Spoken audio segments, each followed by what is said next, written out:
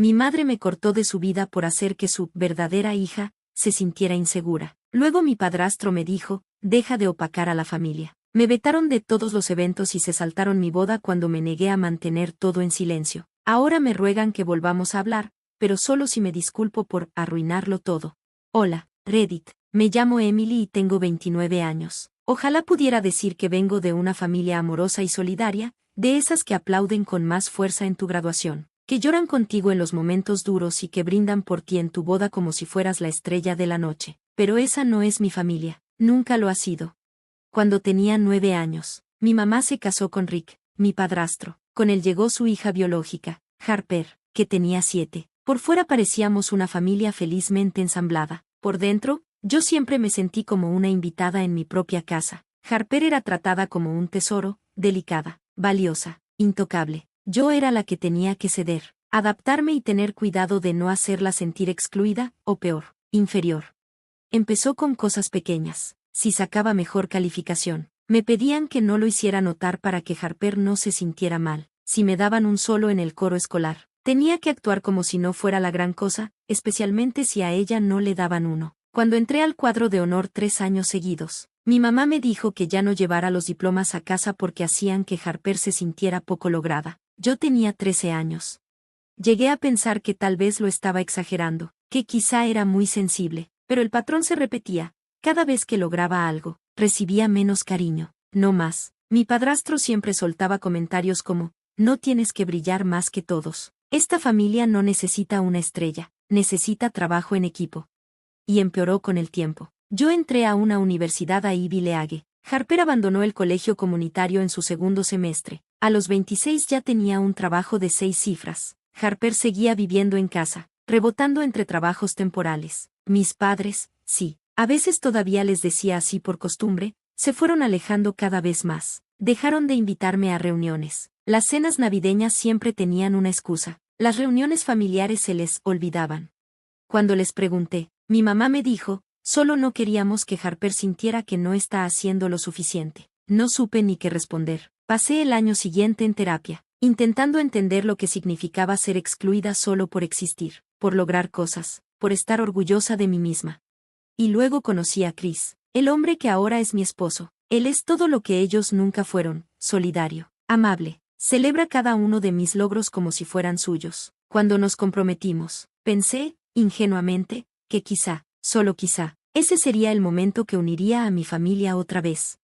Llamé a mi mamá para contarle. Sus primeras palabras no fueron, felicidades. Me dijo, solo asegúrate de que Harper no se sienta excluida. Me reí, no lo planeé, simplemente se me salió. Le pregunté cómo podía sentirse excluida de mi compromiso. La línea se quedó en silencio. Luego me dijo, siempre tienes que hacer todo sobre ti. Nunca piensas en los sentimientos de los demás. Lloré después de esa llamada, pero aún así les mandé las invitaciones. Todavía tenía esperanza.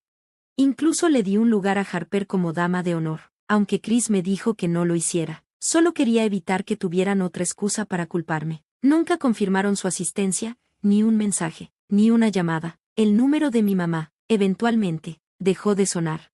Un mes antes de la boda, mi tía, la única que aún hablaba conmigo, me confesó que planeaban unas vacaciones familiares a Hawái, la misma semana de mi boda. Me quedé viendo el mensaje tanto tiempo que las palabras se me borraron. No solo no vendrían, iban a celebrar sin mí. Eligieron la necesidad de Harper de sentirse, igual, por encima de acompañarme en el día más importante de mi vida.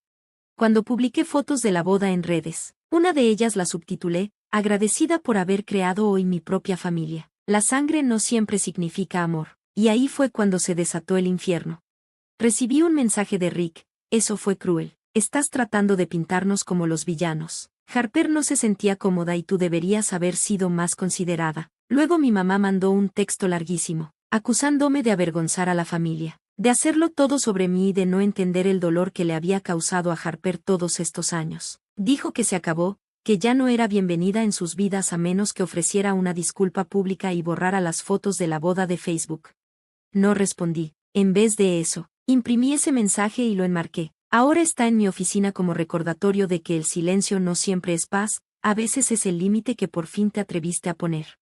Han pasado 10 meses desde la boda. Celebré mi primer aniversario sin una sola palabra de mi mamá, ni mensaje de cumpleaños. ni tarjeta de Navidad. Pero, ¿saben qué sí llegó? Una notificación de LinkedIn. Harper por fin había iniciado su propio negocio. Mi mamá me etiquetó en los comentarios y escribió, tan orgullosa de mis dos niñas, una es una emprendedora emergente, y la otra demasiado ocupada siendo famosa por su victimismo. Chris quería que reportara el comentario. No lo hice, solo la bloqueé. La semana pasada, recibí un mensaje de la propia Harper. Me dijo que lo sentía, que tal vez todo había ido demasiado lejos, que nuestra mamá quería hablar otra vez, y que ella estaba dispuesta a dejarlo todo atrás, pero solo si yo podía reconocer que mis logros constantes la hicieron sentir invisible cuando éramos niñas. Me quedé viendo ese mensaje por horas y le contesté.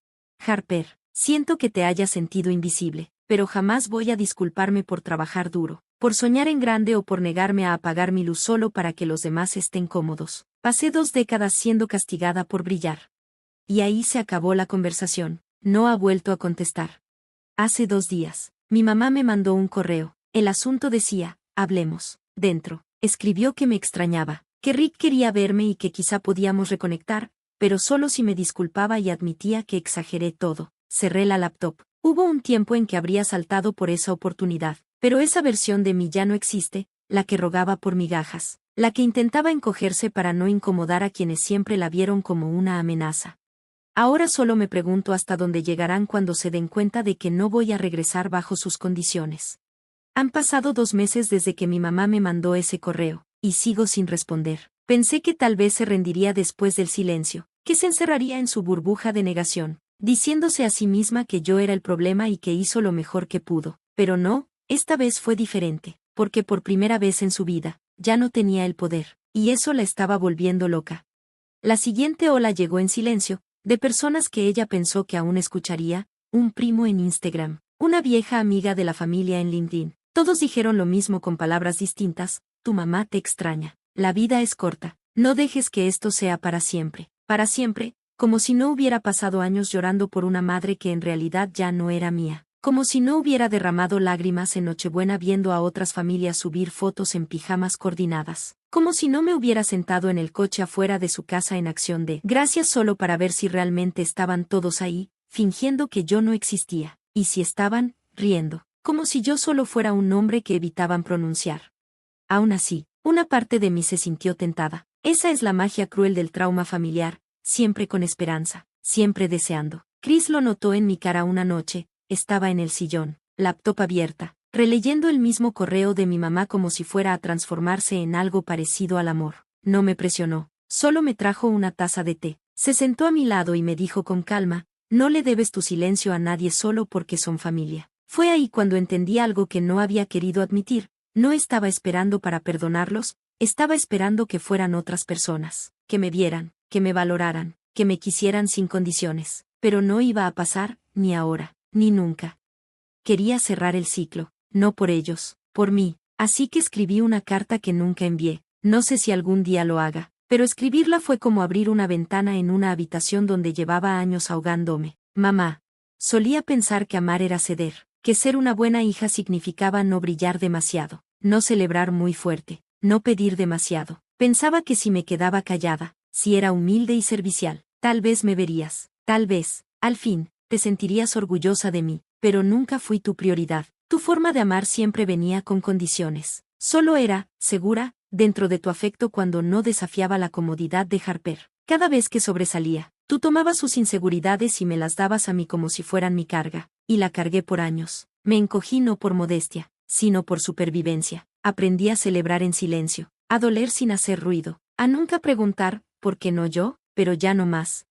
He construido una vida sin tu permiso. He sanado heridas que ni siquiera reconociste. Me casé con el hombre de mis sueños y me rodeé de gente que me aplaude, no porque tenga que hacerlo, sino porque de verdad me quiere. No voy a borrar eso solo para ser aceptada otra vez, no si esa aceptación requiere que finja que tu traición no casi me rompe.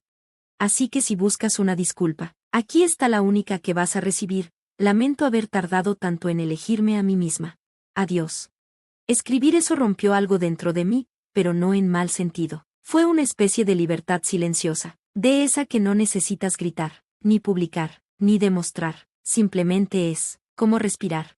Desde entonces, todo se siente distinto, más ligero. Chris y yo organizamos nuestro primer día de gracias en casa. Invitamos amigos, compañeros del trabajo, y personas sin familia cerca. Pusimos la mesa con sillas disparejas y platos de segunda mano. Y fue una de las noches más cálidas de mi vida, risas, vino derramado. Alguien quemó el relleno, y a nadie le importó. Se sintió seguro, como amor sin filtros. Incluso hicimos una nueva tradición, el brindis del sin disculpas. Todos tenían que levantar su copa y celebrar algo de lo que se sintieran orgullosos, sin minimizarlo ni justificarlo, sin chistes autodegradantes, sin desviar la atención, solo orgullo puro. Una de mis amigas lloró durante el suyo.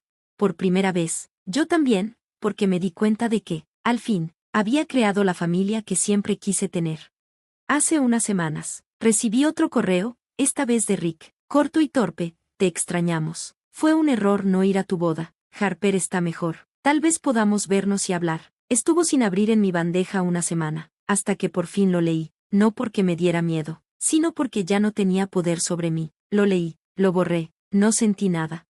Ya no estoy enojada, no busco venganza, aunque una versión más joven de mí sí lo habría hecho. Ahora, solo quiero espacio, paz, y jamás volver a sentirme culpable por brillar ante personas que solo me quisieron por partes. No sé si algún día entenderán lo que hicieron. Tal vez sigan con su versión de los hechos, contando que su hija ingrata los cortó después de una boda. Tal vez digan que me volví arrogante o que ahora me creo mejor que ellos. Que lo digan. Yo no los corté, simplemente dejé de correr detrás de un amor que solo existía por compromiso. Dejé de vaciarme para mantener la ilusión de familia. Dejé de disculparme por estar completa. Y si eso me convierte en la villana de su historia, que así sea, porque por fin estoy viviendo la mía.